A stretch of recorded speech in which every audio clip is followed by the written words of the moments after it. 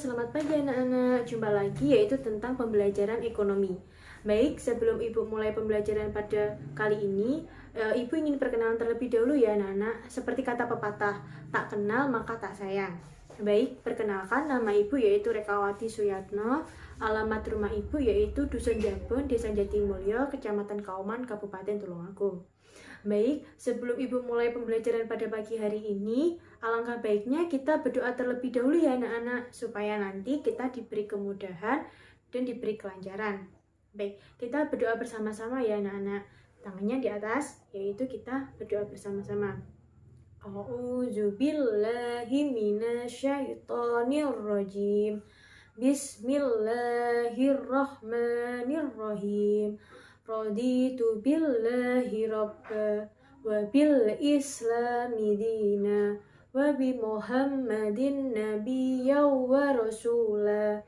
Rabbi sidni ilman warzuqni fahma waj'alni minas sholihin. Amin.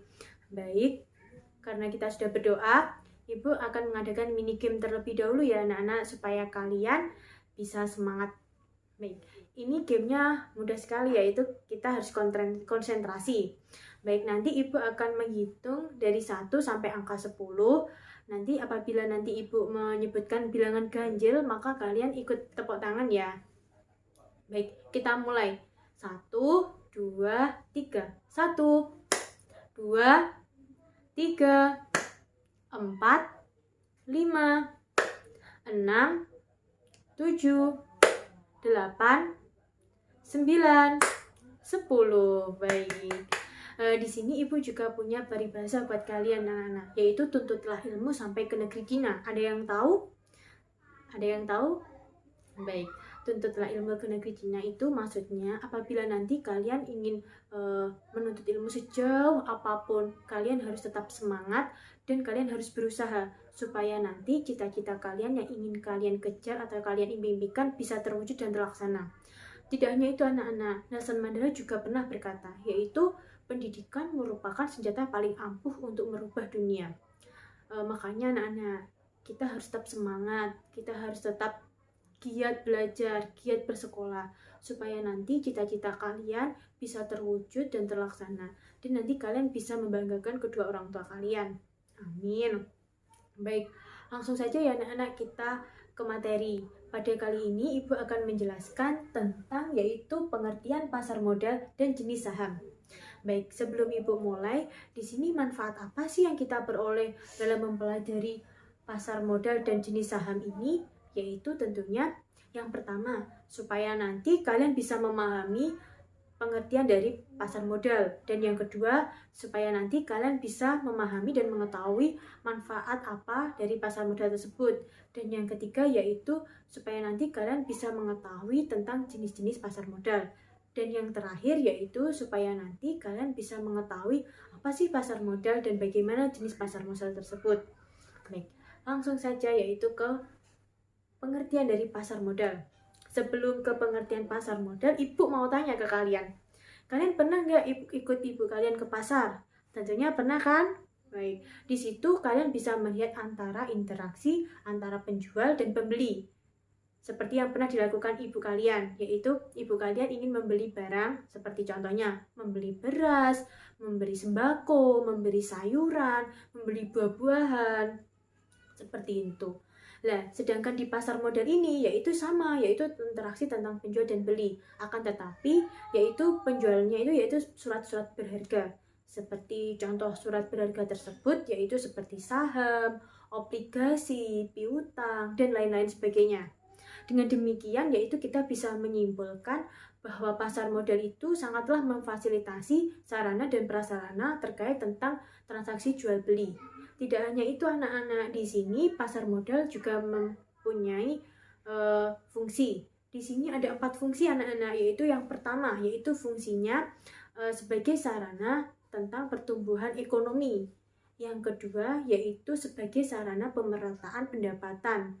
Dan yang ketiga yaitu sebagai menampung tenaga kerja. Dan yang terakhir yaitu yang keempat itu sebagai sarana tempat memproduksi. Seperti itu. Tidak ada fungsi, juga ada tugas. Di sini tugas dari pasar modal itu apa sih yang kalian ketahui? Masih belum? Kalau tugas dari pasar modal itu yaitu yang pertama, dia bisa memberikan masyarakat pekerjaan di perusahaan supaya nanti masyarakat tersebut bisa menghasilkan keuntungan atau laba. Yang kedua, yaitu bisa mendirikan masyarakat bisa meningkatkan pertumbuhan ekonominya. Sangat bagus ya anak-anak. Tidak hanya itu, di sini juga ada konsep dari pasar modal. Di sini ada 4 konsep. Di sini yang pertama ada emiten, dan yang kedua yaitu ada investor, dan yang ketiga yaitu ada penjamin emisi, dan yang terakhir ada agen penjualan. Baik, Ibu akan menerangkan satu-satu. Di sini emiten. Apa sih yang dimaksud dengan emiten? Ada yang tahu? Baik, emiten itu yaitu suatu emisi, yaitu yang berupa saham, obligasi, dan piutang.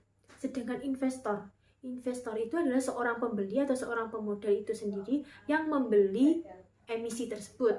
Sedangkan yaitu yang ketiga yaitu penjamin emisi. Penjamin emisi itu yaitu orang yang menjamin emiten tersebut seperti saham atau obligasi. Dia itu adalah orang yang menjamin. Sedangkan agen penjual ini yaitu seseorang yang ingin menjual tetapi tidak ingin mengikut sertakan emiten tersebut. Baik, lanjut. Di sini jenis-jenis pasar modal. Di sini ada 4 jenis-jenis pasar modal anak-anak, yaitu yang pertama pasar perdana, pasar sekunder, pasar ketiga, dan yang terakhir pasar keempat. Baik, Ibu akan menjelaskan ya anak-anak. Yang pertama, pasar perdana. Pasar perdana itu yaitu suatu pasar yang juga mengikut perdagangan, akan tetapi dari pasar perdana ini masih belum ditulis atau masih belum dicatat di bursa efek. Di sini kita bisa melihat contohnya dari bursa pasar perdana, yaitu yang pertama, pasar perdana ini harganya sesuai. Jadi harga tersebut sudah sesuai dan sudah disepakati oleh emiten dan emisi. Dan yang kedua yaitu tidak ada jaminan. Dan yang ketiga yaitu batas waktunya itu sangat dibatasi. Yang kedua yaitu pasar sekunder. Pasar sekunder itu kebalikan dari pasar perdana. Tadi pasar perdana kan masih belum dicatat, tapi sedangkan pasar sekunder ini sudah dicatat oleh bursa efek. Jadi surat perdagangan tersebut sudah dicatat di bursa efek. Contohnya seperti ini anak-anak. Harganya itu tidak sesuai, jadi harga tersebut bisa berubah-ubah. Akan tetapi batas waktunya itu sangat tidak dibatasi anak-anak. Nah, akan tetapi dari pasar sekunder ini harganya itu juga dilihat dari komisi. Jadi apabila nanti kita ingin membeli atau ini, kita juga akan dikenakan komisi seperti itu. Yaitu yang ketiga. Yang ketiga yaitu pasar ketiga. Apa sih yang pasar ketiga? Pasar ketiga itu apa sih? Ada yang tahu? Kalau pasar ketiga itu yaitu sarana investasi dari hasil sudah dikelola oleh market. Di sini yaitu yang pertama sudah tercatat atau sudah yang ini dilakukan yaitu market. Dan yang kedua yaitu harganya tidak dibatasi, jangka waktunya juga tidak dibatasi, seperti itu. Dan yang keempat yaitu pasar keempat. Pasar keempat itu yaitu pasar yang langsung diambil alih oleh investasi.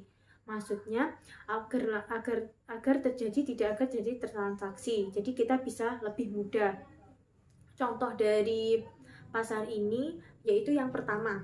Dari pasar transaksi ini contohnya harga tersebut bisa tawar-menawar anak-anak. Jadi kita bisa menawar.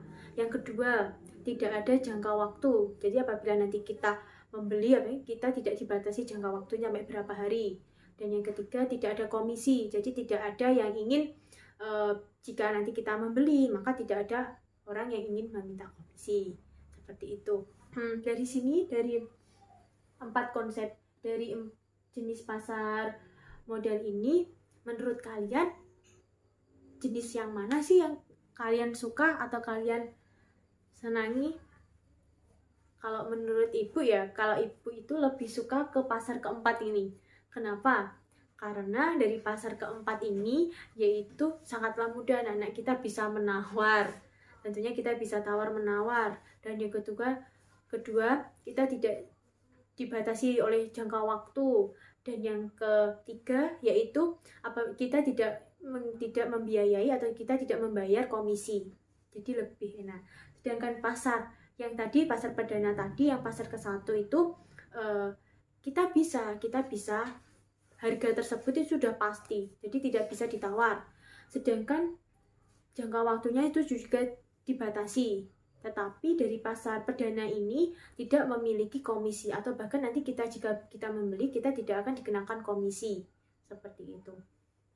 Baik, kalau sudah lanjut ke saham. Apa sih yang kalian ketahui tentang saham? Ada yang tahu saham itu apa? Ada yang tahu? Baik, Ibu akan menjelaskan ya anak-anak. Saham itu adalah surat yang sangat penting atau surat yang sangat berharga yang dimiliki oleh perusahaan anak-anak. Contoh dari saham itu yaitu satu lembar kertas yang dimiliki seorang perusahaan. Karena surat itu sangatlah berharga atau sangatlah berarti, maka saham tersebut itu juga yang bisa memiliki yaitu suatu perusahaan. Contoh dari saham ini yaitu biasanya ya anak-anak, biasanya saham itu yang dimiliki oleh satu perusahaan, akan tetapi perusahaan tersebut juga bisa menjalin atau bisa sudah disepakati oleh pihak tersebut. Seperti ini, apabila contohnya kalian ingin menanamkan saham ke A, maka kalian harus mensepakatinya atau mentaati prosedur-prosedur apa yang kalian nanti ingin lakukan. Contohnya saja seperti ini. Misalnya dari perusahaan A itu ingin menanam saham ke perusahaan B, maka perusahaan A harus memberi penjelasan kepada perusahaan B terkait gimana prosedur langkah-langkah yang ingin dilakukan untuk bisa bergabung atau bisa jadi saham tersebut. Seperti itu. Selanjutnya yaitu di sini juga ada jenis saham anak-anak. Kalian bisa melihat dari jenis saham itu ada 2 jenis saham. Yang pertama ada saham biasa dan yang kedua ada saham FEXL. Di sini saham biasa itu suatu perusahaan yang sudah memiliki pemilikan pengusaha tersebut dan sudah memiliki aktiva pemilikan. Jadi hasil perusahaan tersebut sudah pasti anak-anak dan juga memiliki aktiva kepemilikan. Seperti itu. Jadi misalnya saja kalian juga mempunyai saham. Jadi saham tersebut sudah bisa diakui oleh perusahaan tersebut dan kalian juga bisa mengetahui aktiva bagaimana kepemilikan tersebut. Sedangkan vaksin fleksibel itu adalah di mana saham tersebut itu merupakan saham yang sudah ada atau sudah yang dilakukan oleh kepemilikan tersebut tanpa ada campur tangan. Jadi saham tersebut sudah dari kepemilikan perusahaan tersebut. Jadi tidak ada kata-kata ingin merubah nama atau merubah nama-nama lain, tidak bisa. Seperti itu anak-anak. Baik, karena waktu pembelajarannya sudah habis ya anak-anak, kita tutup terlebih dahulu. Tapi sebelum Ibu menutup pembelajaran pada pagi hari ini, Ibu akan mereview biar kalian ingat. Baik, di sini Ibu tadi sudah menjelaskan tentang pengertian tentang pengertian pasar modal dan jenis saham. Di sini pengertian pasar modal tadi sudah menjelaskan tentang surat-surat perdagangan. Surat tersebut seperti saham, obligasi, dan lain-lain sebagainya. Di sini juga pasar saham juga mempunyai fungsi, ada 4 tadi fungsinya, sebagai sarana perdagangan, sebagai perdagangan untuk meningkatkan pertumbuhan ekonomi, sebagai untuk memproduksi, dan sebagai lagi untuk menambahkan tenaga kerja. Tidak hanya itu, tadi juga mempunyai manfaatnya yaitu seperti bisa memberikan masyarakat akan kegiatan ekonomi bisa meningkat, pertumbuhan ekonominya bisa meningkat, supaya nanti masyarakat itu bisa bekerja di perusahaan tersebut, supaya nanti masyarakat bisa menghasilkan keuntungan, menghasilkan menghasilkan laba seperti itu. Dan di sini lagi terdapat konsep yang paling penting, yaitu konsepnya tadi ada emiten, ada investasi, ada agen penjualan, ada penjamin emisi, dan jenis-jenis saham. Tadi Ibu sudah menjelaskan kan jenis-jenis saham, ada saham biasa dan saham apa tadi. Baik, karena waktu pembelajarannya sudah habis ya anak-anak, Ibu akan tutup. Baik, sebelum Ibu tutup pembelajaran pada pagi hari ini, Ibu mau mengingatkan buat kalian, janganlah keluar ya anak-anak, karena masih dalam musim seperti kayak ini, masih musim corona. Nanti kalau kalian keluar, jangan lupa pakai masker, makannya makanan yang sehat, jaga kesehatan, seperti itu. Baik, karena waktunya sudah habis, Ibu akan tutup. Sekian pembelajaran Ibu pada pagi hari ini. Apabila tadi dalam pembelajaran atau tutur kata Ibu ada kurang lebihnya, Ibu mohon maaf. Wassalamualaikum warahmatullahi wabarakatuh. Bye-bye.